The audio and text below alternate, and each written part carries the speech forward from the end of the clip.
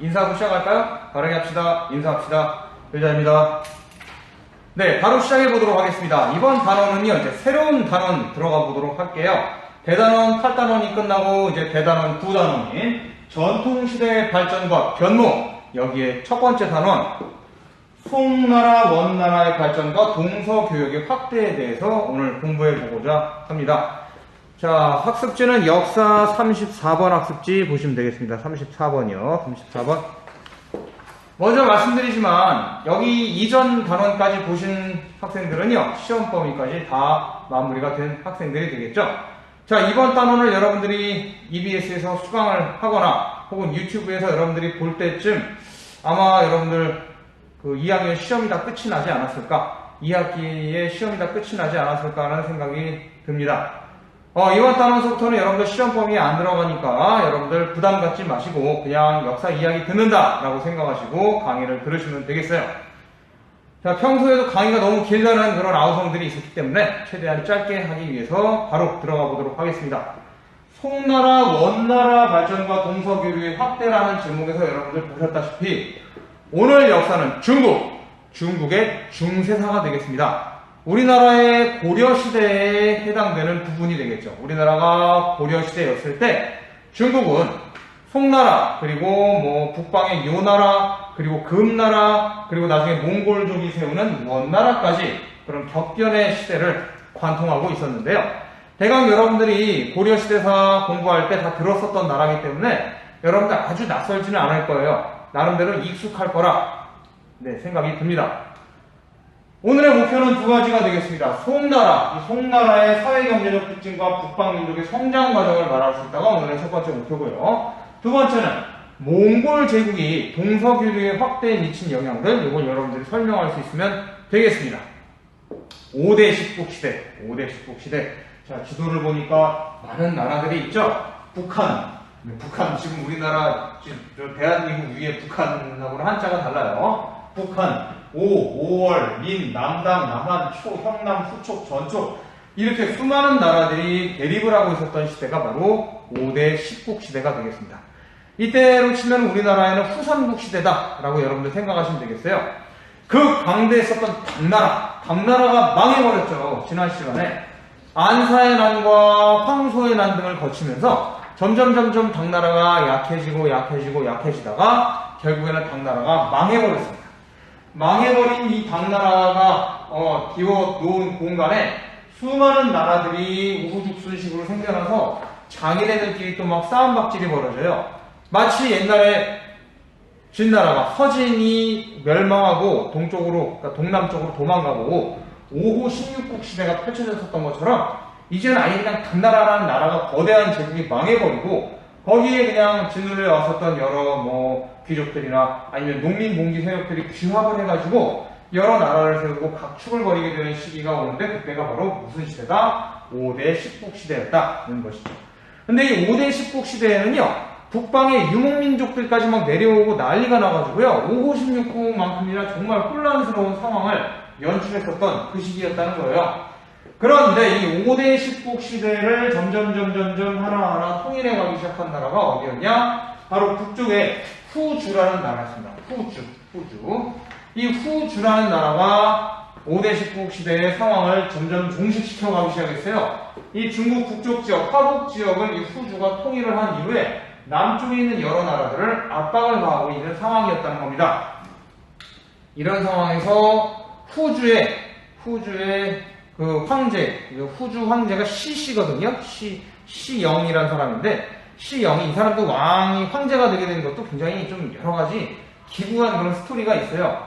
아무튼 어떤 전에 그 황제의 양자로 들어갔다가, 아무튼 나중에 자기가 좀 뛰어나다 보니까는 그 양아버지로부터 이제 제위를 물려받게 되는데, 이 시영이라는 아주 뛰어난 황제가 이제 죽고 난 이후에 그의 오른팔이었었던 이 조광민이라는 사람이 이 후주의 황제 자리를 이제 찬탈을 하는 거예요. 말이 좋아가지고 선양을 받았다, 말이 좋아가지고 추천을 받아갖고 여러 장군들의 추대를 받아서 황제 자리에 올라갔다고 하지만 아무래도 자기가 이 권력을 탈점한 그런 게 좀 더 크지 않겠습니까? 아무튼 후주를 무너뜨리고 새롭게 황제가 된 사람은 바로 이 조광윤이라는 사람이었습니다. 조광윤. 이 사람도 아주 뛰어난 무장 출신이었어요. 얼굴이 되게 까맣게 생겼고 엄청 뭐랄까 후덕하게 생겼죠. 그냥 코수염이 이렇게 나가지고 프링글스 생각나지 않으십니까? 프링글스? 네. 네, 한번 여기서 웃고 지나갑시다. 아무튼 대단한 사람이에요. 선생님보다는 위대한 사람입니다. 네. 근데 이 후주를 이제 무너뜨리고 새롭게 황제의 자리에 오른 이 조광윤은 나라 이름을 뭐라고 지었느냐? 송나라라고 지었습니다. 송나라. 간머리 밑에 나무 목자가 있는 게 바로 송자죠. 송나라. 뭐 송나라라는 나라가 옛날에도 있긴 있었어요.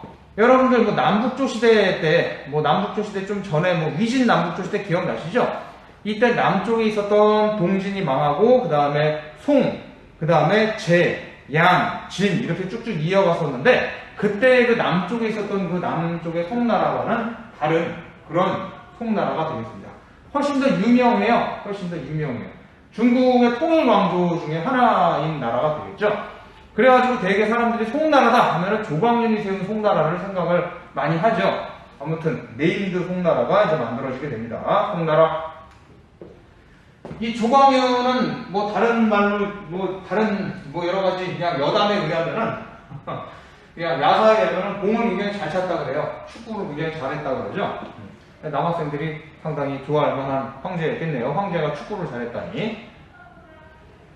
이 조광윤이 송나라를 세우고 어디를 수도로 삼느냐? 바로 개봉이라는 곳에 수도를 잡게 됩니다. 개봉을 수도로 삼아요. 개봉부라고도 불리게 되는데요. 지금은 약간이 아니고 많이 중국의 현대사에서는 많이 밀려난 그런 쇠락한 도시가 되겠죠. 개봉. 이 개봉이라는 곳에 수도를 삼은 이 송나라는요. 고려나 서하, 아라비아, 인도, 일본 등등과 교류하면서 점점 아주 큰 나라로 거듭나게 됩니다. 경제력만큼은 이때 중국에서 탑 클래스였었던 나라가 바로 송나라였죠. 아무튼 천천히 설명을 해드리기로 하고요. 조광윤이 5대 10국의 분열을 통일하고 결국 송나라를 건국하게 되었습니다.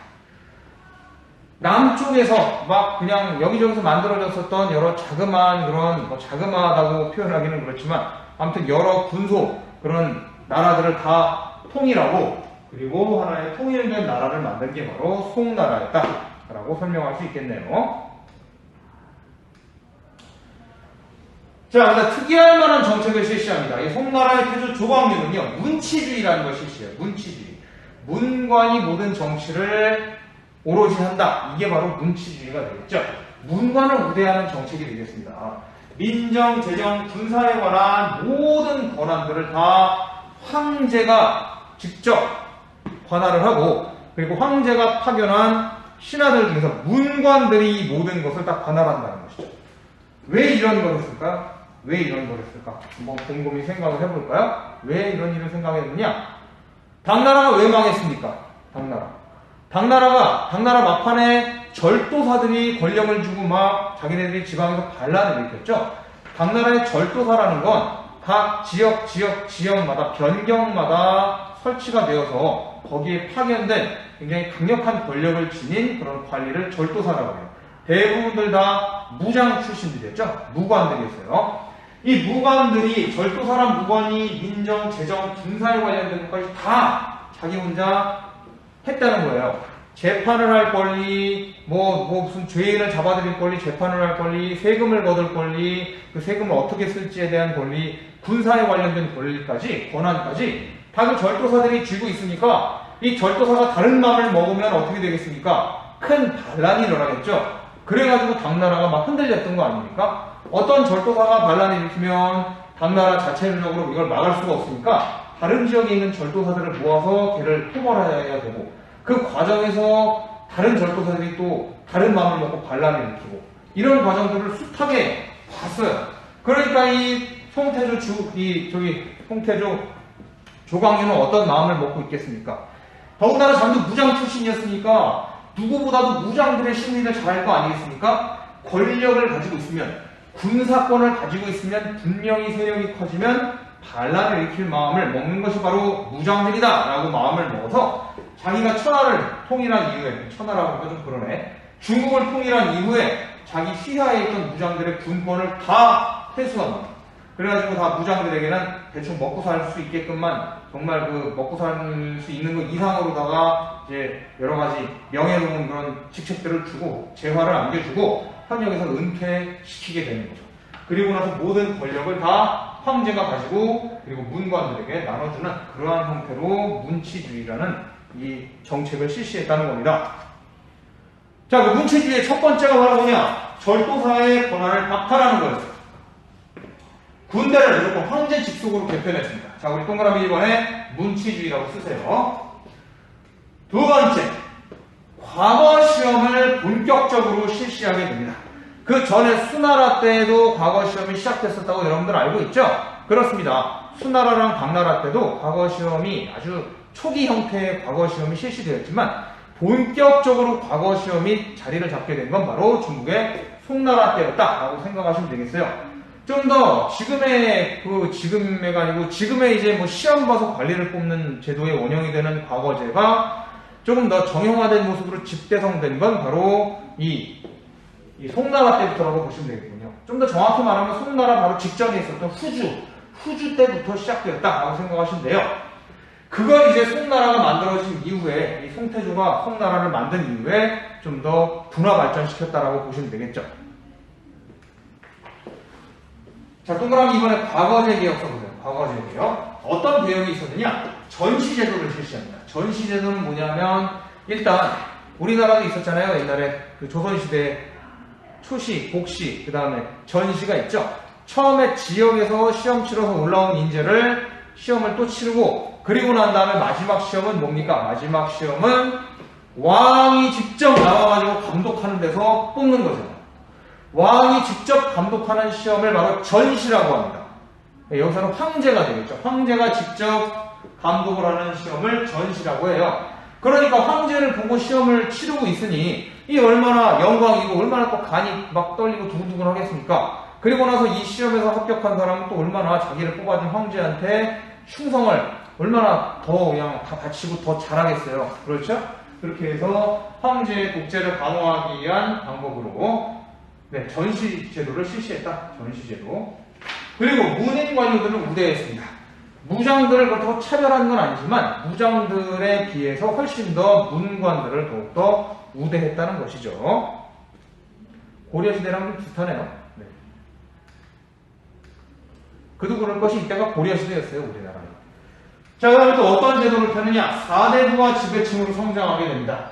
이렇게 칼싸움 잘해가지고 막 실력이 있는 무장들 혹은 자기 뭐 부모 잘 만나가지고 막 부모님 백으로다가 막 자기 높은 지위에 올랐던 귀족들 그런 시대는 싹 가고 물론 이제 부모가 좀 관직이 높으면 덕은 분이 받겠지만 그래도 아주 노골적으로 덕을 보던 위신 남북조 시대나 당나라 때와는 약간 다르게 과거 시험을 통과해서 자기가 관직에 오른 사람들 혹은 뭐 무슨 지방 시험만 통과해서 지방에서 행색계나 하는 그런 사람들을 사대부라고 불렀어요. 사대부. 우리도 뭐 양반 사대부라고 불리는 그런 용어가 있지 않습니까? 그것처럼 중국의 이 원조 사대부들이 지배층으로 성장하게 됩니다. 과거 시험을 통해서 출세한 사람들을 이 사람들이 황제에게 충성함에 따라서 이렇게 그림처럼 충성함에 따라 황제권이 강화되고 군사력이 대신 약화됐어요.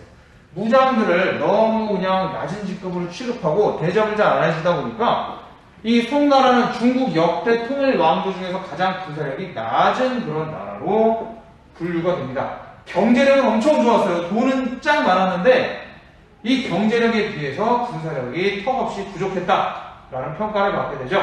그 원인은 바로 문치주의다라는데 학자들이 입을 모아서 결론을 내고 있습니다. 그리고 재정이 악화됩니다. 왜 재정이 악화되느냐? 이 수많은 사대부들한테 월급 다 줘야 되잖아요. 뿐만 아니라 또 어떤 비용이 있겠습니까? 이민족들이랑 싸우는데 군비를 많이 써야 됨에도 불구하고 워낙에 군사력이 낮고 무장들이 여기에 잘 대처를 못하고 뭐 그러다 보니까는 그 이민족들과 싸우는 대신에 이민족들한테 매년 뭐 쳐들어오지 말라고 뭘 갖다 줘요. 공물을 갖다 줘요. 참 웃기죠? 그래서 그 대가로다가 재정이 악화되게 되었다. 뭐 이러한 것들이 되겠네요. 자, 이렇게 해서 송나라는 태조 이후에 태종 쭉쭉쭉쭉 하면서 이어져 와요. 뭐 태종 다음이 진종인가? 아무튼 뭐 헷갈리는데 하여간 이런 식으로다가 이제 송나라가 쭉쭉 발전해 나가고 있는데, 이때 송나라는 점점 사실 병들고 있었습니다. 왜 병들고 있었느냐? 그 4대부들이 점점 이 송나라의 주도적인 계층이 되면서 대토지 소유를 하게 되고, 그리고 그 대상인들과 결탁을 하면서 중소상인들이 많이 위축되고, 그리고 대토지 소유를 하다 보니까 또 거기서 농사짓던 소농민들이 위축되는 그런 일들이 벌어졌습니다. 그리고 국가의 막대한 그런 재정을 충당하기 위해서 백성들한테 세금을 무진장 걷거든요. 그것 때문에 사회가 좀 병들어가게 돼요. 동시에 군사력이 점점점 약해지니까 이 약해지고 있는 군사력을 강화시킬 수 있는 방법을 강구해야만 하지 않겠습니까? 그런 상황에서 이제 송나라가 점점 좀 병폐가 심해지고 있는데, 이때 왕안성이라고 불리는 이 관리가 등장해서 여러 가지 개혁안을 내세웁니다. 그게 바로 왕안석의 개혁이 되겠죠. 자, 동그라미 3번에 왕안석의 개혁이라고 한번 써보세요. 왕안석의 개혁. 이 왕안석의 개혁에 대해서 여러분들 영상 한 편 보시고 그 다음에 이어서 설명해 드리도록 하겠습니다. 보시죠.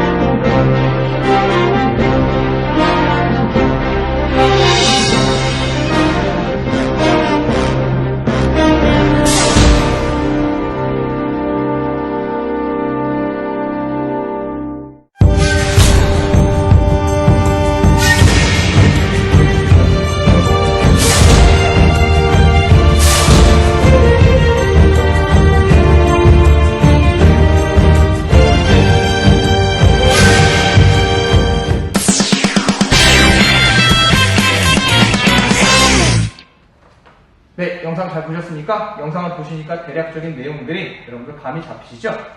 여기 있는 복잡한 화면보다는 여러분들 학습지 오른쪽에 있는 지식 더하기 1 선생님이랑 함께 보시면 이해가 더 잘 되실 거예요. 자, 왕한성의 개혁, 변법 개혁. 11세기 초 송은 관리의 부패와 군사력 약화로 국력이 약화되었다. 그렇죠. 과거 시험을 통해서 관리에 합격한 관리 자리에 오르게 된 이런 사람들이, 관료들이 부패에 있으니까요. 그리고 송나라가 군사력이 약해지면서 점점 이민족들한테 공격을 받으니까 어떻게 했겠습니까? 개혁파 관리였던 왕한성이라는 사람이 이렇게 해서는 안 되겠습니다. 폐하. 이런 식으로 개혁을 해야겠습니다. 라고 내놓은 개혁안들이 어떤 내용들이었습니까? 바로 첫 번째, 기운수법. 물가를 안정시키는 거죠. 물가를 안정시키는. 서민의 생활을 안정시키는 그런 방법. 그 다음 청유법. 서민들에게 낮은 이자로 대출을 해주자는 거예요. 그 당시 관리들이, 그리고 그 당시 대상인들이 고리대금업으로 서민들을 쥐어짜고 있었거든요. 이자를 엄청나게 높이 불러가지고 서민들에게 돈을 꿔줌으로써 서민들이 원금이 아니라 이자 때문에 고통받게 만드는 그런 것들이 바로 이제 고리대금업이었는데, 이걸 나라에서 청유법이라는 걸 실시해갖고 서민들에게 낮은 이자로 돈을 빌려주자라는 그런 제도를 실시하고자 했던 거죠. 그 다음에 시역법. 중소상인들을 대상으로 해서 또 낮은 이자로 대출을 해주는 그런 법. 그리고 약해지는 국방력을 강화시키기 위해서 예비군제도, 고가법.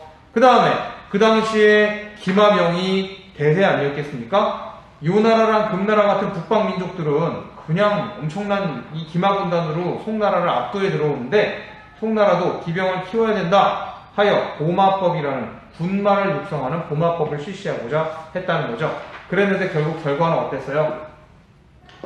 결국 이 왕한성의 변법은요, 안타깝게도 이 보수파 귀족들이 반대를 함에 따라 실패하게 되었습니다. 안타깝게도 이렇게 되었다는 것이죠. 이 왕한성의 개혁이 초창기에 성공만 했었다면 아마 송나라가 훨씬 더 오래오래 강성하게 왕조를 유지할 수 있었을 텐데 말이죠. 세월이 좀 흘러서 이 송나라는요, 아주 여러 나라들에 의해 가지고 압박을 받는데, 그 나라들은 바로 주로 북쪽에 있는 나라들이었습니다. 이 송나라가 북쪽에 있던 요나라에게 압박을 받았고, 그 다음에 이 서쪽에 있었던 서하에게 굉장한 압박을 받았었는데요. 그 여러 나라들은 우리가 나중에 다루기로 할게요. 특히 이 북쪽에 거란족이 세운 요나라한테는 엄청나게 압박을 받다 보니까 결국 이 압박을 피해가지고 어떻게 했느냐, 막대한 양의 이 공물을 바쳐요. 우리 쳐들어오지 말라고. 그런 식이었다는 거죠. 그러다가 요나라가 점점 약해지고 있을 때 저쪽 북쪽에 있던 여진족, 이 여진족들이 금나라란 나라를 세워가지고 이 거란족을 공격하지 않았었겠어요? 그래서 결국 금나라는, 여진족이 만든 금나라는 거란족의 요나라를 무너뜨려버리고 이 북쪽 지역, 북중국 지역을 장악을 합니다. 그리고 어떤 일을 벌이느냐, 송나라로 쳐들어와요. 결국 송나라의 수도인 계몽은 포위당하다가 결국에는 함락되고, 그 당시 송나라의 황제가 금나라에게 잡혀가지고 금나라 군대에게 잡혀서 끌려가게 되는 일이 벌어지게 되는데, 그게 바로 정강이변 혹은 정강지변이라고 불립니다. 이렇게 끌려간 송나라 휘종은요, 굴욕스럽게도 오랑캐인 여진족의 금나라 황제한테 고개를 숙이고 신하가 되겠다는 이야기를 하면서 한심하게도 이렇게 금나라의 포로가 되었다는 것이죠. 그러면 송나라는 망했느냐? 망하진 않고요. 어떻게 됐느냐? 남쪽으로 수도를 옮겨가지고 임안이라는 곳을 수도로 옮겨서 남송이라고 불리는 새로운 그런 왕조를 개창하게 되었습니다. 한번 송나라가 북송이 망한 거고, 그 송나라가 왕조를 남쪽으로 옮겨서 계속 명맥을 유지해 나갔다 정도로 여러분들 이해하시면 되겠죠. 금나라한테 눌려서 말입니다. 그렇게 하여 이러한 상황이 만들어지게 되었습니다. 남쪽에는 송나라, 남송, 북쪽에는 여진족의 금나라가 영토를 차지하게 되었고, 요 나라는 옛날에 망했다는 거, 그리고 우리나라는 그 당시에 고려시대였다는 거죠. 이자겸이 그 당시에 금나라의 사대를 다했다, 칭신했다, 뭐 이런 식의 얘기가 나오는 무렵이 바로 이때였다 생각하시면 되겠습니다. 이자겸이 난 요청의 서경천도 운동, 뭐 그 정도 시기가 바로 이때였다라고 여러분들 이해하시면 되겠죠. 이렇게 금나라의 공격으로 송나라가 남쪽의 항주로 수도를 옮기고 결국 남송이 성립되게 되었다는 것까지 알아두시면 되겠습니다. 자, 밑으로 내려가서 송나라의 경제 발달 되도록 할게요. 그 당시에 개간사업이나 모내기법이 보급이 됩니다. 개간사업이 보급됐다기보다는 개간사업, 쓰지 않는 땅에다가 농사를 짓는 그런 사업이 진행되었고, 모내기법이 실시가 됐어요. 모내기법. 여러분들 모내기는 선생님이 1학기 때나 그 조선 후기 뭐 이때 가르쳐 주지 않았습니까? 그렇죠? 벼를 그냥 막 뿌려가지고 막 벼를 자라게 하면 나중에 벼랑 잡초랑 같이 섞여서 자라요. 그럼 잡초를 뽑느라고 정말 볼장을 다 보게 됩니다. 노동력이 무진장 많이 들어가요. 반면에 모내기법은요, 그냥 벽실을 뿌리는 게 아니라 자그마한 판에다가 벼만 따로 만들어서 벽실만 따로 뿌려갖고 벼만 키워요, 따로. 그래서 벼가 어느 정도 자라면 그 벼 모종을 갖다가 아주 그냥 싹 다 갈아엎어놓은 평평한 땅에다 물을 채워서 거기다가 하나 집어넣는 거예요. 그럼 어차피 잡초들은 다 싹 다 갈려 나간 상태에서 깨끗하고 평평한 아무것도 없는 땅에다가 영양분만 가득한 땅에다가 따로 키워놓은 어느 정도 자란 벼를 심으니까 얼마나 벼가 질서정연하게 잘 자라겠습니까? 그렇죠? 다른 잡초들이랑 섞여갖고 영양분을 뺏길 필요도 없고, 그리고 다른 잡초들에 가려가지고 햇빛을 못 볼 일도 없고, 그리고 물을 가득 채워놨으니까 벼가 물 좋아하잖아요. 물 좋아하는 벼만 잘 자라는 거예요. 잡초들은 다 말라 죽고 물 젖어가지고 그냥 다 죽고 하니까 나중에 수확할 때 벼만 수확하면 되는 거죠. 노동력도 아끼고 수확량도 높이는, 그게 바로 모내기였습니다. 이게 송나라 때 널리 유행했다는 것이죠. 그 다음에 이렇게 낮은 곳에 있는 물을 수차를 통해서 끌어올려가지고 높은 곳으로 올리는 문법이 만들어지다 보니까, 기술이 개량되다 보니까 훨씬 더 농사를 지을 수 있는 땅의 면적이 늘어나고, 그러니까 당연히 생산량이 많아지겠죠. 그리고 벼의 품종이 다양화됩니다. 여러가지 수해나 냉해나 뭐 여러가지 이런 것들을 견뎌낼 수 있는 그러한 벼의 품종이 만들어지게 되면서 생산량이 늘어나요. 평소보다도 더욱더 많은 쌀이 만들어지게 되니까 좀 더 산업도 발달하겠죠. 네, 뭐 사람들 먹고 사는 거는 물론이거든요. 강남 지방의 곡물 생산의 중심지로 발전하게 되었습니다. 그렇습니다. 이 송나라가 이 북쪽 지역을 금나라한테 뺏기고 나서 이 남쪽 지역만 가지고도 정말 몇백 년을 버티거든요. 그 버틸 수 있었던, 오히려 이 금나라보다도 더 많은 엄청난 수준의 경제력을 가지고 금나라한테 밀리지 않았었던 그것도 역시 이 농업 생산량 발전을 통한 그런 경제력 축적에 있었다는 것이죠. 이래서 군사력도 중요하고 뭐 여러가지 외교력도 중요한데 경제력이라는 게 제일 중요하다라는 거죠. 뭐 제일은 아니지만 경제력도 역시 갖춰야 수준급의 국가가 된다는 걸 의미합니다.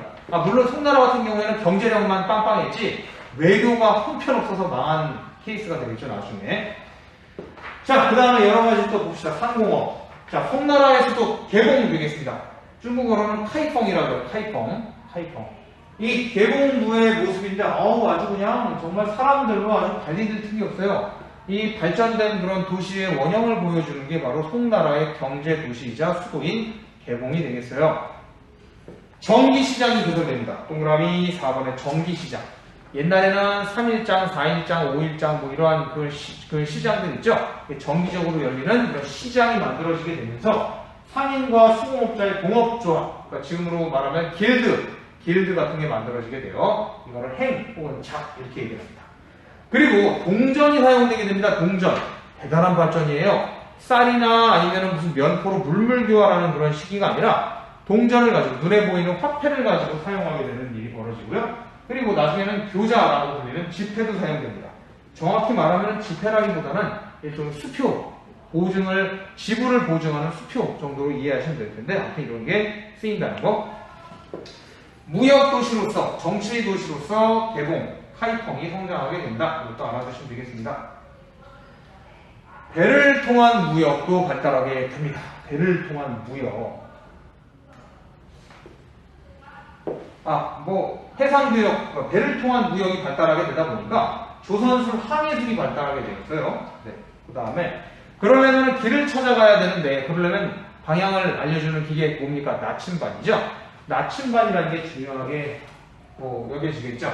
그래서 송나라 때 중국 사람들이 만든 초창기 나침반이 이런 모습이었습니다. 항저우, 취안저우 등의 무역항에 무엇을 설치했느냐? 동그라미 5번에 들어갈 시박사라는 그런 무역을 담당하는 그런 기반이 만들어지게 되었다는 겁니다. 자, 시박사에 관련된 영상 한 편 보시겠습니다. 해상무역을 관장하던 시박사.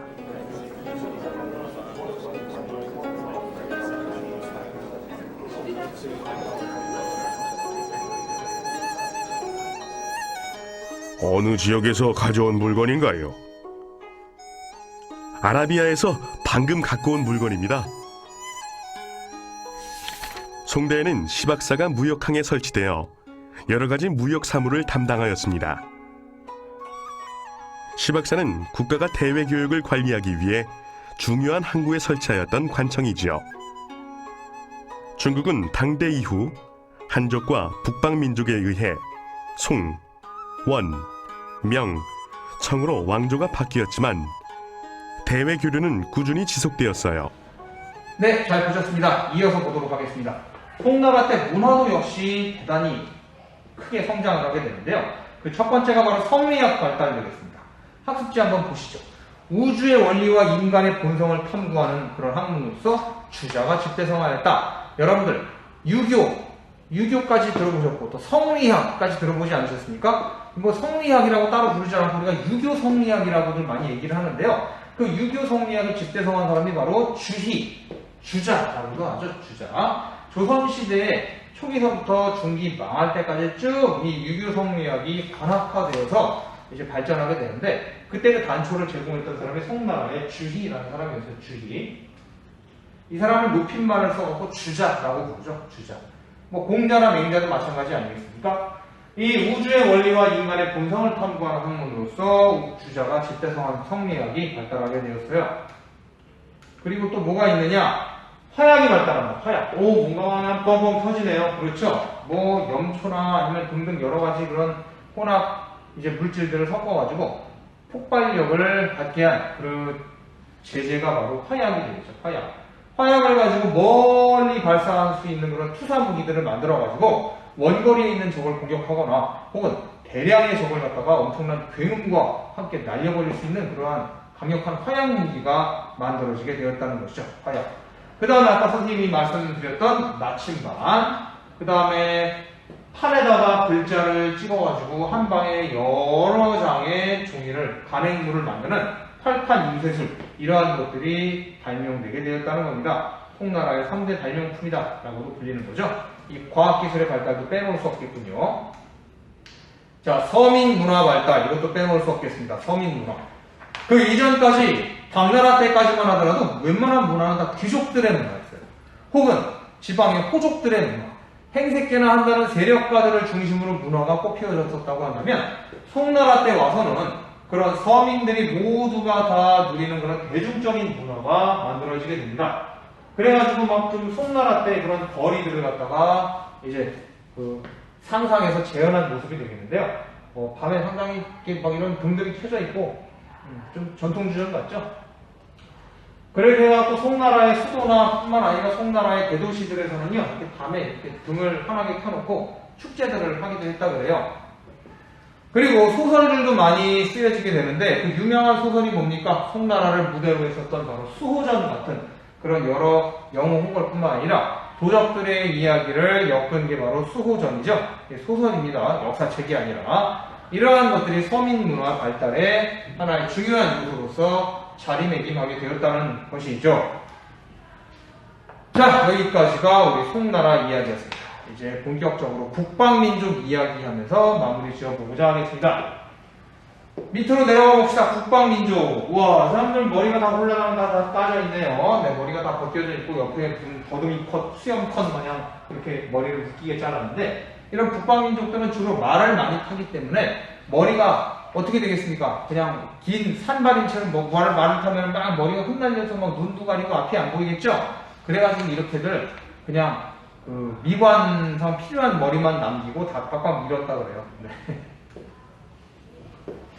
이 북방민족 중에서 가장 유명한 게 일단 첫 번째 나오는 요나라가 되겠습니다. 거란족이 세운 요나라가 되겠죠. 이 요나라는 송나라가 처음 만들어지던 그 시절에서부터 그 이전에 당나라 때부터 굉장히 맹위를 떨쳤어요. 이 야유라국이라는 이 요나라 거란족의 우두머리가 요나라를 세우고 발해를 무너뜨리고 만주 지역을 선포하면서 이 중국 북쪽 지역을 공략하지 않았었겠습니까? 그래가지고 이 요나라가 강대해졌다는 거죠. 그 발해를 멸망시키고 송과 대립하면서 나중에 고려를 갖다 얼마나 쳐들어왔습니까? 우리나라의 고려를. 이 요나라가. 나중에 뭐 여러 가지 사건이 있었죠. 뭐 우리 강감천 장군의 귀주대첩이라든가 뭐 등등 뭐 이러한 그 우리 조상님들의 아주 맹렬한 저항으로 요나라를 밀어내긴 했는데 아무튼 이 요나라는 나중에 금나라에 의해서 멸망하는 그런 그 처지에 놓이게 되죠. 자, 우리 요나라 관련해서 또 영상 한 편 보시겠습니다. 수많은 유목민족이 쟁탈전을 벌였던 중앙아시아의 대초원에서 흉노 선비의 뒤를 이어 또 하나의 거대한 제국을 세운 북방민족 거란.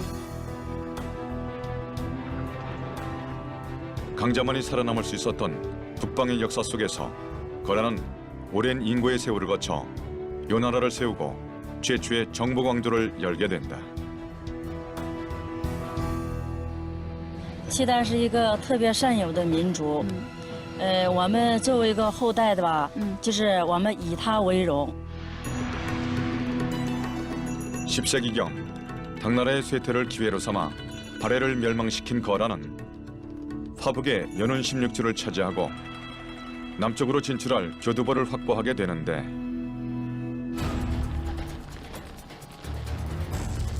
북중국을 통일하고 요나라를 세운 거란은 어떻게 200년이라는 긴 세월 동안 중원의 한족을 통치할 수 있었던 것일까? 他也发展了自己的政治智慧，比方说他就是满汉两种制度统治一个国家，这是他的独创。 유목국가로서 중원까지 진출한 최초의 정복국가였습니다. 거란 영역 내에 다양한 민족의 다양한 문화를 수용하면서도 자기의 전통 문화를 유지 발전시켰다는 점입니다. 이러한 점은 오늘날 현대인에게도 시사하는 바가 크다고 하겠습니다. 남방의 농경민을 효율적으로 통치하기 위해 국교를 불교로 삼고 북방과 남방의 독특한 이원지배 체제를 택한 거란. 그들이 이원지배를 택한 이유는 무엇이었을까?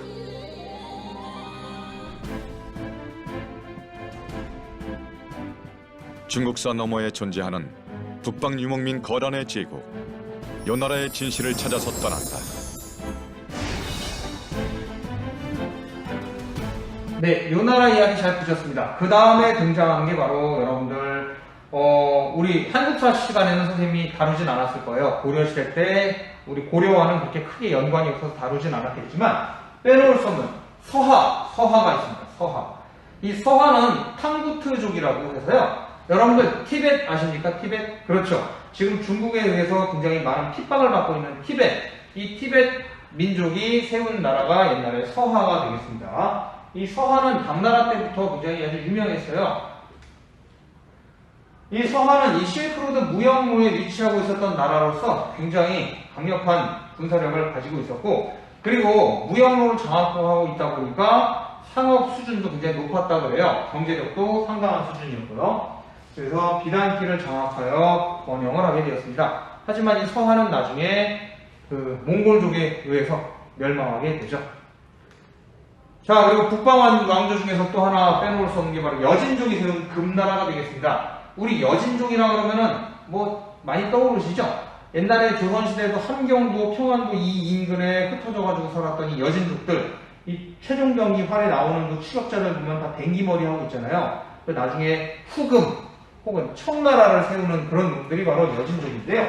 이 여진족들이 나라를 세운 게 바로 금나라였습니다.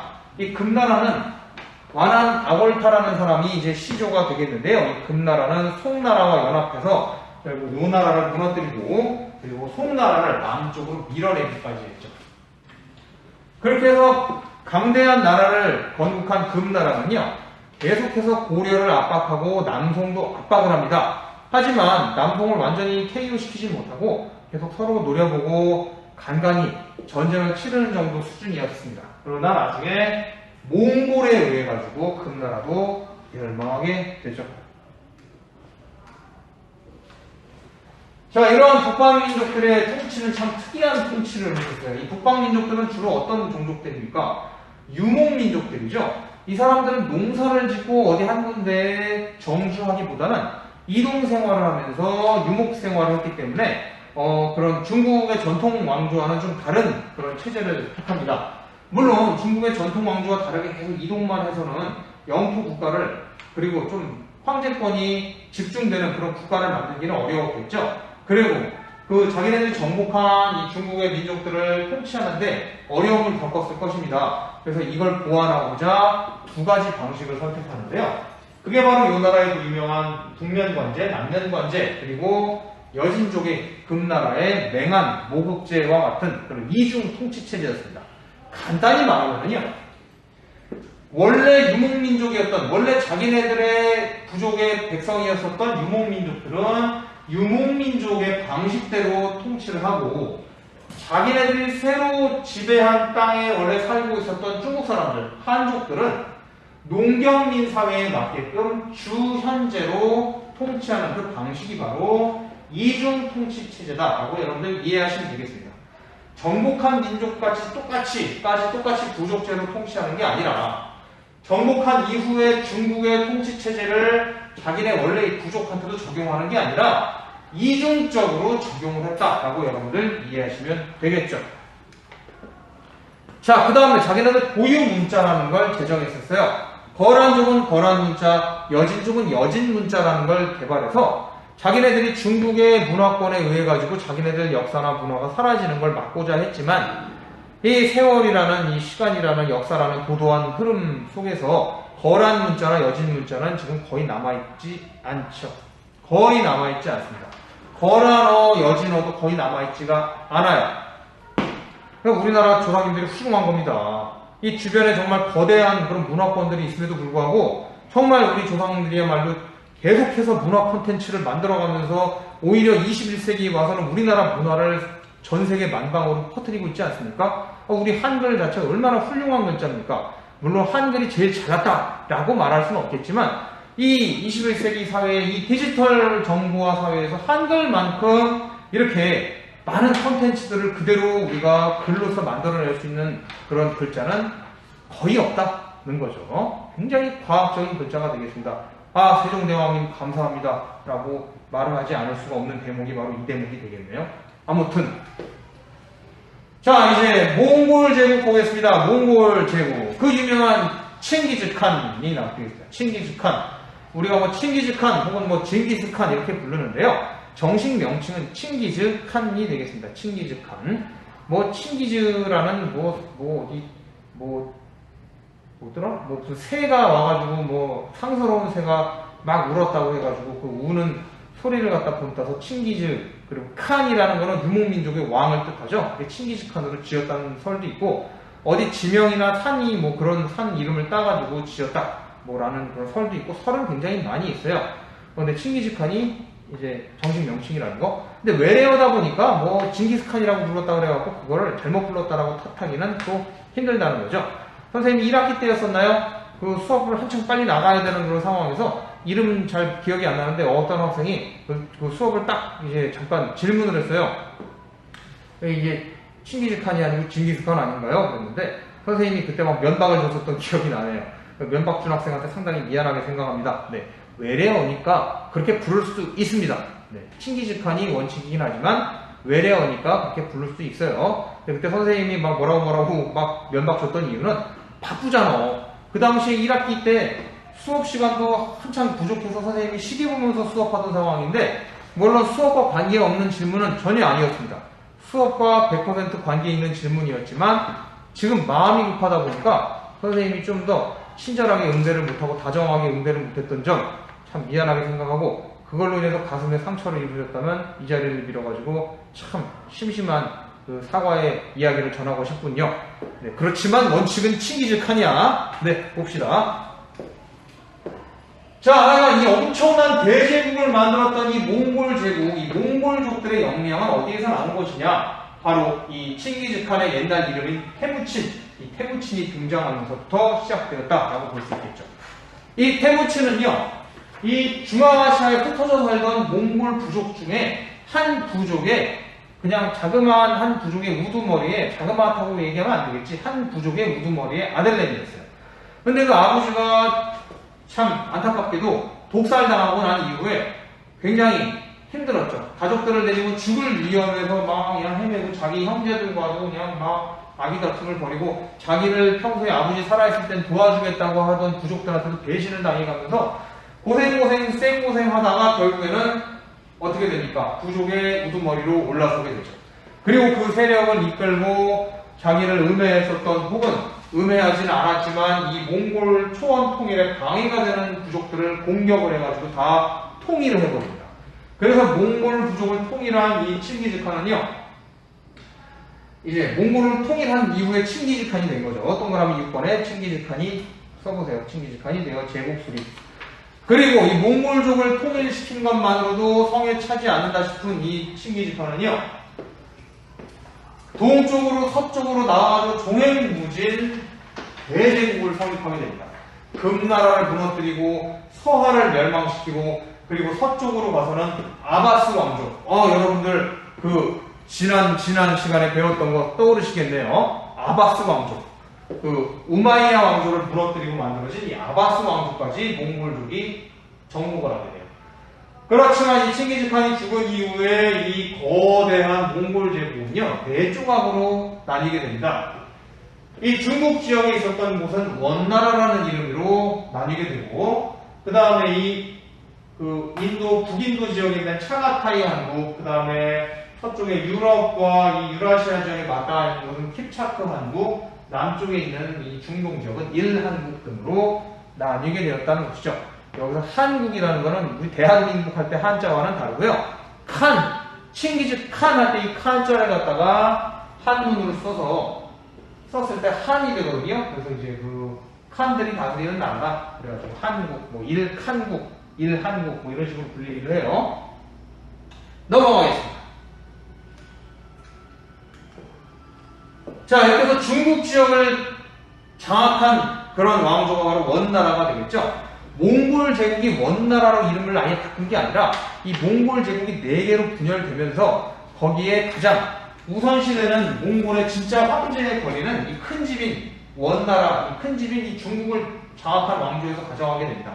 그리고 거기에 새로운 황제가 된 사람이 바로 쿠빌라이 칸이었어요.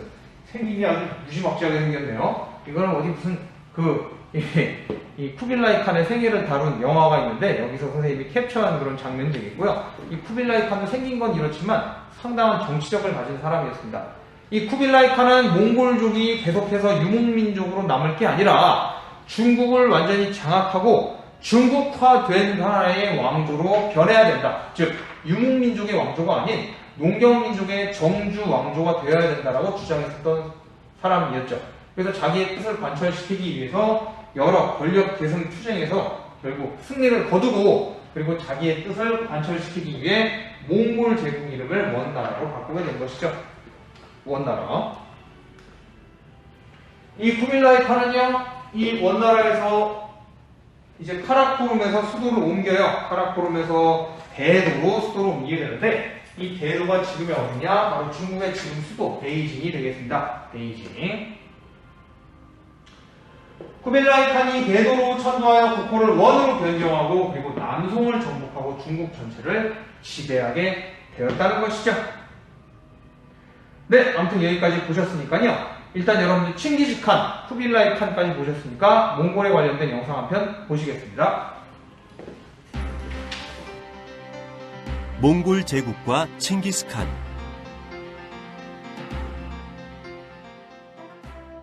칭기스칸은 유목민족 특유의 기마 전술을 이용하여 아시아 대부분의 지역과 동유럽까지 정복하였습니다. 쿠빌라이 칸은 수도를 베이징으로 옮기고 나라 이름을 원이라 했으며 남송을 정복하였습니다.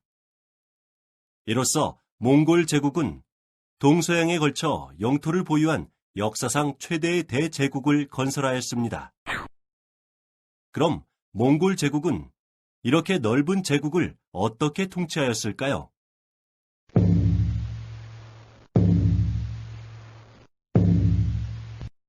이 넓은 제국을 통치하기 위한 방안을 말해보시오. 넓은 제국을 통치하기 위해서는 역참 제도를 실시하는 것이 좋겠습니다. 넓은 제국을 효과적으로 통치하기 위해서는 무엇보다 빠른 교통, 통신 제도를 갖추어야 합니다. 맞는 말이요. 하지만 빠른 교통, 통신 제도를 어떻게 갖춘단 말이요? 그건 약 40km 간격으로 있는 역참에 늘 많은 말들과 함께 정예 기병으로 구성된 일종의 화발부대를 만들면 되지 않습니까? 정예 기병들은 달리는 말에서 먹고 자는 데다가 남들 같으면 한 달 걸릴 거리인 160km를 하루 만에 주파하니 빠른 교통 통신 제도에 제격일 것입니다. 오, 그거 괜찮은 생각이로군요. 그럼 그 제도를 역참 제도라 하고 당장 실시하도록 하겠소. 몽골 제국은 대제국을 효과적으로 통치하기 위해서 몽골의 교통, 통신 제도로 역참 제도를 실시하였습니다. 그런데 우리 몽골족은 그 수가 너무 적고 중국인들은 너무 숫자가 많은데 이는 어찌하면 좋겠소? 과거제를 폐지하여 한족이 관료가 되는 길을 막아야 합니다.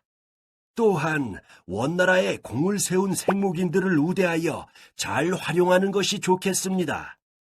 전체 인구의 1.5%에 불과했던 몽골족이 97.5%의 피지배층을 어떻게 다스렸을까요? 우선 몽골인을 가장 중요한 직책을 맡게 하였는데 이러한 정책을 몽골 제일주의라 합니다. 그 다음으로 몽골 제국 건설과 중국 정복에 공을 세운 생목인을 우대하였습니다. 생목인이란 파란 눈을 가진 투르크, 이란, 유럽인을 말하는데 이들을 중간층으로 상업과 행정의 실무를 맡게 하였습니다. 화북지방에 사는 중국인들을 한인, 강남에 사는 남송의 유민을 남인이라 부르며 관직에 오를 수 없도록 하고 형벌에서도 심하게 차별을 두어 천대하였습니다. 하지만 이러한 한족 차별 정책은 결국 몽골 제국 멸망의 원인이 되기도 하였습니다. 네, 잘 보셨습니다. 이어서 보겠습니다. 자, 이렇게 해서 원나라를 세운 이제 몽골족들, 원나라를 세웠다기보다는 이제 원나라라는 그런 국가 체제를 다시 정비하게 된 몽골족들 어떤 정책을 폈느냐고요? 철저한 계급 차별 정책을 폈어요. 100만 명 정도밖에 되지 않는 몽골인들이 가장 최상위 계층으로서 모든 고위 관직들은 다 차지하고 있었고요. 그 다음 생목인, 여러분들 영상 봤겠지만 생목인들은 누굽니까? 다 외국인들이죠. 아랍인이나 서양인 같은 그런 외국인들 100만 정도밖에 되지 않는 외국인들이 그 다음 계층을 차지했습니다. 주로 법무나 재무 관련된 일을 했다고 해요. 기술 관련된 일을. 그 다음에 한인. 이 한인이라는 건 언제 누구냐? 중국 사람들이긴 한데 옛날에 유나라나 금나라의 지배하에 있었던 중국 북쪽에 사는 사람들을 한인이라고 해요. 1000만 명 정도 되는 사람들인데 이 사람이 3등급. 여기는 고려 사람들도 들어갔다고 하더라고요. 아니 지들이 뭔데 그렇게 자기랑 다른 민족들을 그렇게 남이 나라 땅 쳐들어온 주제에 이런 식으로 처우를 하는 참 이해가 안 되네요. 그리고 맨 밑에가 남인이라고 해갖고요. 남송인들 있죠? 끝까지 몽골족에게 저항했었던 남송에 살던 이 백성들 6천만 명 되는 사람들을 최하 등급으로 차별 대우를 했다고 해요. 이렇게 해가지고 지배계급은 몽골인과 생목인, 피지배계급은 한인, 그리고 남인 등이 되었습니다. 거란족, 여진족 등등 이런 사람들도 다 한인과 같은 3등급 피지배 신분으로 이제 이렇게 구성을 했다고 해요.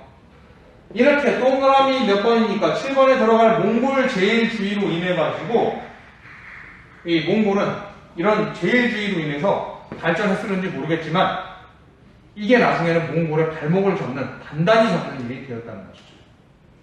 결국 뭐 나중에 망하겠지만 좀 더 볼게요. 경제적으로는 교통로가 발달합니다. 이 유목민족들이 얼마나 그냥 공서로 다 누비고 다녔습니까? 그러다 보니까는 어떤 길을 택하면 더 쉽게 동쪽으로 갈 수 있고 서쪽으로 갈 수 있는가를 알게 됐죠. 그래서 교역로가 더욱더 발달하게 되었고요. 그리고 그 교역로 주변에 도시가 만들어지고 상업이 발달하게 되면서 이 유라시아를 아우르는 교역망의 그 발전이 더욱더 가속화됩니다. 바다로 다니는 이 바닷길도 이때 개발이 되죠. 그리고 그 당시 지폐들이 쓰이게 되어 교초라는 그런 지폐가 사용되게 되면서 뭐랄까 경제의 이 면적, 경제의 이 규모라고 할까요? 이게 더욱더 커지게 되었다는 거죠. 자, 그리고 더욱더 서민 문화가 발달하게 됩니다. 예전에 송나라 때보다도 훨씬 더 서민들의 문화가 발달하게 되는데 구어체 소설, 즉 사람이 말하는 형태로 쓴 소설들이나 희곡 그리고 잡곡 등이 유행을 하게 되었다는 것이죠.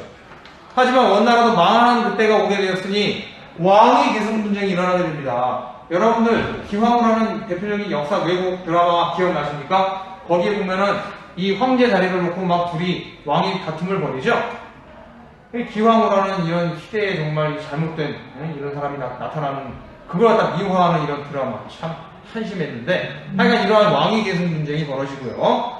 그리고 진들려 있었던 한족들이 농민 봉기를 통해 가지고 원나라를 북쪽으로 몰아내기 위해서 봉기를 일으키는데 이게 바로 아주 원나라가 결정적으로 망하는 사건이 되게 되죠. 결국 이 한족의 봉기로 북쪽으로 몽골족은 영원히 쫓겨나게 됩니다. 자, 동서 교역의 발달 보도록 하겠습니다. 아까 설명했다시피 이렇게 동서로 교역로가 발달하게 되었고, 그리고 이 마르코 폴로가 쓴 동방견문록이라는 책 여러분들 한 번 정도 읽어보셨거나 제목은 들어보셨죠? 이 마르코 폴로라는 사람이 이렇게 책도 내게 되는데 그게 이때였다는 거죠. 육해산 교통로가 완성되고 역참제가 실시되고 원나라 방문 후 마르코 폴로가 동방견문록을 저술하면서 이제 더욱더 발달하게 됩니다. 크리스트교, 라마교와 같은 그런 여러 종교들이 공존하는 시기이기도 하였다는 것이죠. 자, 여기까지가 오늘의 내용이었습니다. 그러면 우리 실전 문제 풀어보고 완전히 마무리 짓도록 하겠습니다. 자, 따라와 보세요. 봅시다. 자, 실전 문제 1번. 송에 대한 설명으로 옳은 것만을 보기에서 있는 대로 고르는 것은 몇 번이겠습니까? 자, 보기 봅시다. 기역. 거란의 공격을 받아 남쪽으로 도읍을 옮겼다. 맞아요? 아니죠. 금나라 여진의 공격을 받았죠. 기역은 아니야. 니은 조광윤 5대 19의 분열을 통일하고 건국하였다. 조광윤인데 문제 선생님이 좀 오타가 났네요. 네, 맞나요? 맞죠. 니은 맞아요. 디귿 왕한성이 민주행 안정과 부국강병을 목표로 개혁을 시도했다. 맞아요. 자, 리을 평화를 유지하는 대가로 국가민족에게 비단과 은을 바쳤다. 맞아요? 맞아요. 정답은 5번 되겠습니다. 5번.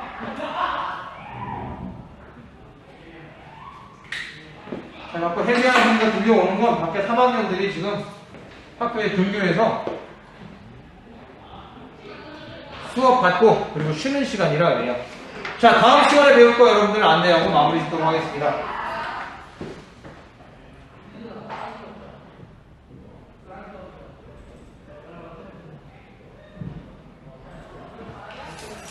자, 카메라로 옮겨야겠군요. 자, 봅시다.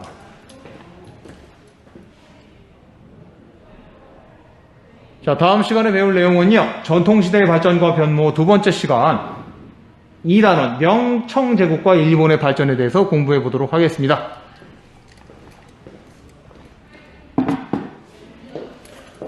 여러분들 수업 듣느라 고생 많으셨습니다. 우리 다음 시간에 또 만납시다. 다시 말씀드리지만 방금까지 배운 단어는 시험 범위가 아니에요. 자, 안녕!